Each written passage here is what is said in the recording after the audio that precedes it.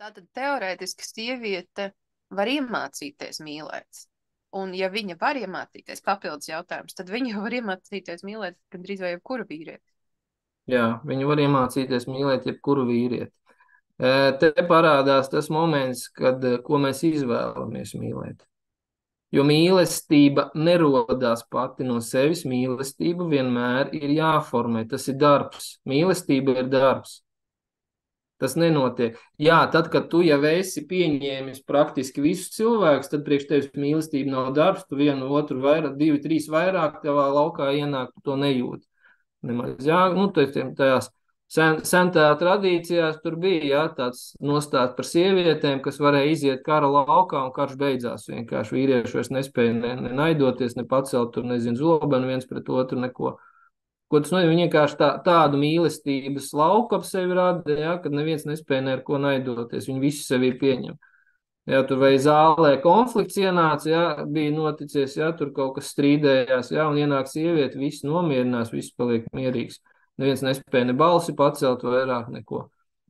Nu, par tādu mīlestību, ja. Mīlestību uzstrādāt, tas ir etapu darbs. Tur ir 3 etapi, caur kuriem jāiet, lai to mīlestību izkop. Nu, par to es tur dziļāk atkal video lekcijās ir ļoti dziļi un plaši izstāstīts, kā tie etapi, kā caur tiem etapiem mēs ejam cauri, kā sievietes pamatā iet. Vīrieši arī iet caur tiem etapiem cauri, tikai vīriešiem tas ir zināmā mērā nedaudz mazsvarīgāk, ja. Šī te pieņemšanas mīlestība, jo tas ir sievietes instruments, ar kuru viņi pārvalda to Tas būtu tas vidi. pats, kas beznosacījuma mīlestība.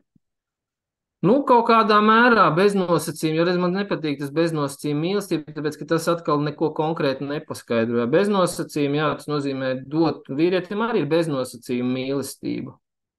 Dodoties uz savu mērķi, ideju, viņam ir beznosacījuma mīlestība, viņš pieņems visu, darīs visu, jebko labu tā mērķa vārdā, kas ir, viņam nav svarīgi, viņš sevi atdos, tur, nezinu, visus kaimiņus atdos, varbūt radas draugus atdos, ja, tikai šīs te idejas vārdā, tā arī mīlestība, tāpēc vienīgais, kurš var nogalināt ar mīlestību, ir vīrietis. Sieviete nespēja nogalināt ar mīlestību. Es kauju savus vistas ar mīlestību. Nē, tu tagad liekuļo.